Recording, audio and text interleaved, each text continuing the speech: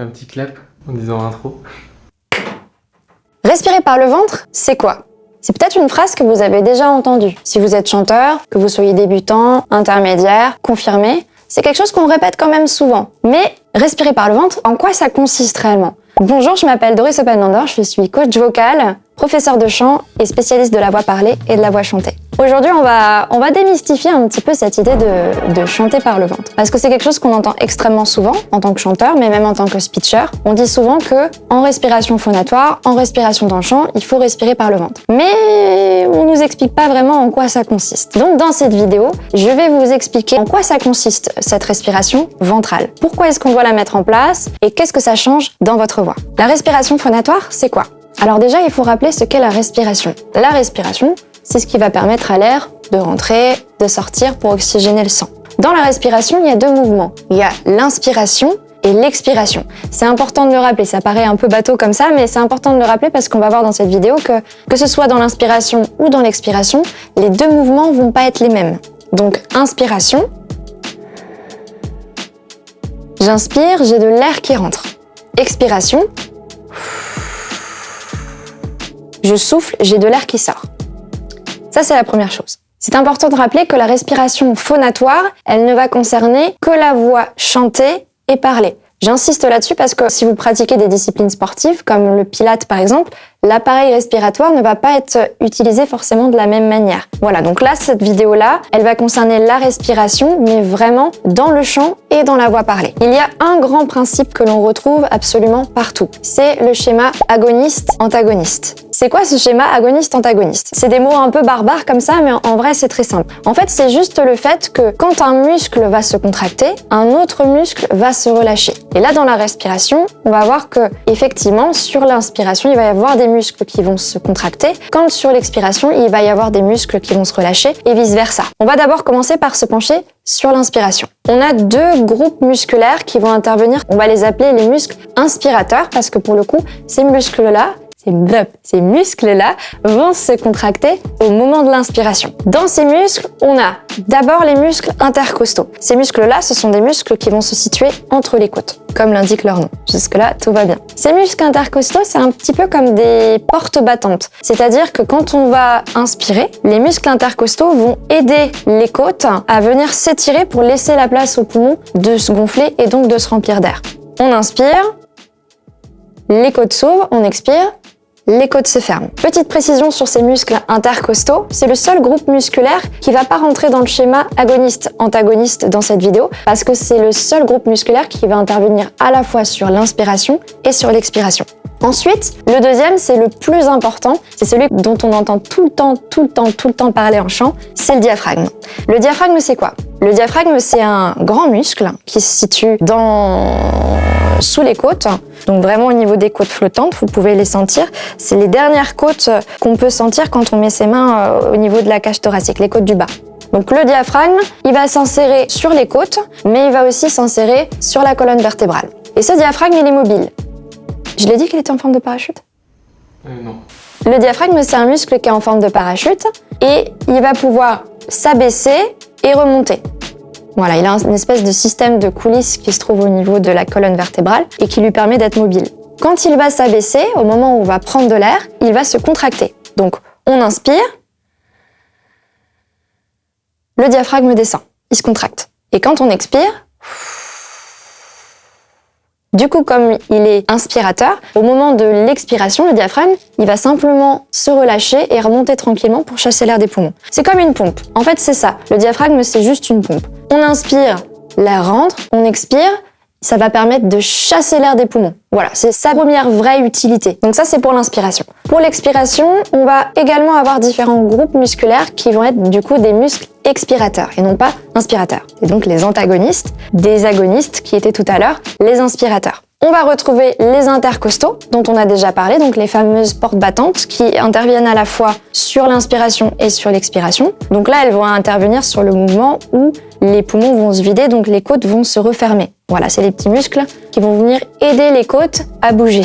Et on va avoir un autre groupe musculaire qui, pour le coup, est extrêmement important quand on chante et dont vous avez sûrement déjà entendu parler parce qu'on en parle quand même assez souvent en chant. C'est les abdominaux, c'est le groupe abdominal. Alors, dans les abdominaux, il y a plein de choses. Il y a plein de muscles qui vont se croiser, se mélanger, mais qui vont avoir des fonctions différentes. Et nous, celui qui nous intéresse, c'est le muscle transverse. C'est la couche la plus profonde des abdominaux. Si vous voulez, le muscle transverse, c'est un peu comme une bouée. Il va se trouver au niveau de l'abdomen et cette bouée, elle va partir de l'avant du ventre jusqu'au dos derrière. C'est vraiment une bouée qui fait tout le tour de l'abdomen. Ce muscle transverse, il est hyper important parce que quand on va expirer, il y a la première couche d'expiration qu'on peut qualifier de naturelle, c'est celle qu'on emploie au quotidien. Et dès qu'on va rentrer en expiration forcée, c'est-à-dire qu'on va vouloir maintenir une expiration, le muscle transverse, il va progressivement, et j'insiste sur progressivement, gagner en tonicité. Voilà, donc si j'expire normalement, par exemple,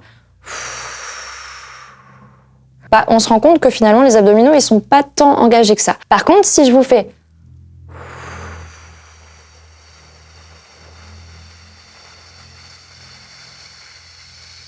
et que j'essaye de maintenir mon expiration le plus longtemps possible, là par contre je sens que mes abdominaux, il y a vraiment un mouvement de contraction qui s'effectue, qui continue et qui va progressivement faire rentrer le nombril vers la colonne vertébrale. Donc si on récapitule tout ce qu'on s'est dit, ça veut dire que à l'inspiration, je prends de l'air, j'inspire, c'est mon diaphragme qui se contracte, donc le diaphragme va descendre tranquillement, il va permettre aux poumons de se remplir, donc les intercostaux vont aider les côtes à s'ouvrir, et à l'expiration, je souffle, donc mon diaphragme se détend, et c'est les abdominaux qui progressivement vont prendre le relais. Et les intercostaux, ils vont aider les côtes à se rabattre, ils vont suivre les mouvements des poumons en fait. Dernier point extrêmement important, c'est le tonus musculaire. Ce que j'appelle le tonus musculaire, c'est simplement le niveau d'énergie que l'on va mettre dans la respiration. Parce que en chant, on dit souvent que l'inspiration doit être passive et l'expiration doit être active. Pourquoi l'inspiration doit être passive? Parce qu'on a dit que à l'inspiration, le diaphragme devait descendre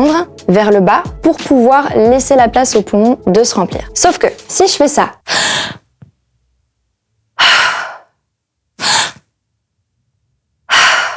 on voit clairement que les abdominaux ils sont contractés. Donc si les abdominaux sont contractés, les abdos qui sont donc antagonistes du diaphragme, je le rappelle, si les abdos sont contractés, ça veut dire que le diaphragme il va perdre énormément de mobilité. Donc il y a quand même un petit peu d'air qui rentre, parce qu'on inspire, on prend quand même de l'air. Mais ça veut dire qu'on va prendre beaucoup moins d'air que ce qu'on devrait prendre normalement. Donc pour éviter de tomber dans ce schéma-là, la solution, c'est d'être détendu. C'est vraiment de pas mettre de tension et de respirer le plus calmement possible. Plus on va respirer calmement, plus le ventre pourra se relâcher, plus l'abdomen, les abdominaux pourront se relâcher, et donc plus le diaphragme aura de mobilité pour pouvoir laisser de la place aux poumons et stocker tout l'air qui va rentrer. Et bien sûr, à l'expiration, là par contre on est tonique.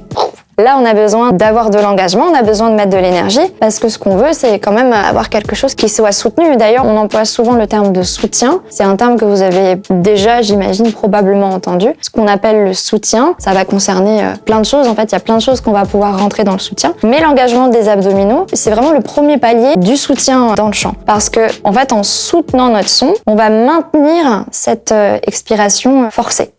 Dernier point important, c'est que si la prise d'air n'est pas bonne à l'inspiration, c'est-à-dire que si on n'est pas dans une inspiration détendue, le diaphragme donc ne pourra pas descendre. Et donc si le diaphragme ne va pas descendre, on va créer énormément de tension dans la poitrine. Si je fais ça, voilà, on voit ici que ça se contracte, mais on voit aussi en haut que ça monte. C'est comme si les épaules, elles se contractaient d'un seul coup. Quand on fait ça, on crée de la tension dans la cage thoracique. Et c'est vraiment pas bon de faire ça parce que dans cette zone, entre les deux poumons, on a un endroit qui s'appelle le médiastin. Et dans le médiastin, on va avoir quand même des organes qui sont très importants. On a le cœur, donc là déjà, organe quand même extrêmement important, mais on va aussi retrouver la trachée et l'œsophage. Et ce médiastin, il va être alimenté par tout un circuit de petits nerfs qui envoient des informations du cerveau vers le cœur. Et le problème, c'est que quand on fait ça, l'information qu'on va envoyer au cœur et puis au système nerveux, ça va être « Oula, qu'est-ce qui se passe ?» On est dans une situation de danger. Donc on va créer de l'inconfort, donc on va recréer de la tension et on va encore plus compliquer cette détente qui est hyper importante quand on va prendre de l'air. Autrement dit, si je synthétise, que je simplifie le truc, ça veut dire que plus on va inspirer en étant détendu, inspiration passive, plus les muscles vont avoir d'espace en fait, c'est de ça dont il s'agit, pour descendre, pour remplir les poumons et plus on aura d'air. Donc ça, c'est pour l'inspiration. Et pour l'expiration, plus on va être tonique, plus le ventre va se contracter et plus la voix pourra être solide, stable et aussi pleine et ouverte. Parce que forcément, s'il vous manque de l'air, il y a un moment donné où vous allez finir vos phrases un peu comme ça. Et ce qu'on veut, c'est quand même garder une certaine consistance.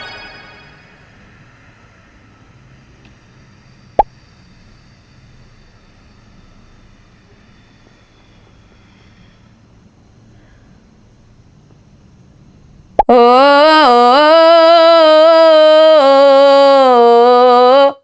God in a bad romance. Oh, God in a bad romance. Oh, God in a bad romance. Oh, God in a bad romance. Oh, God in a bad romance. Oh,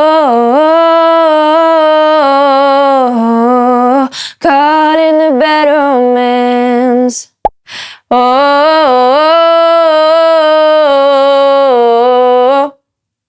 God in a bad romance. Oh,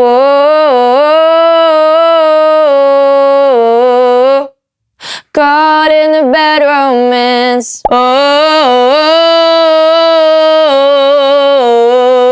God in a bad romance. Oh, God in a bad romance.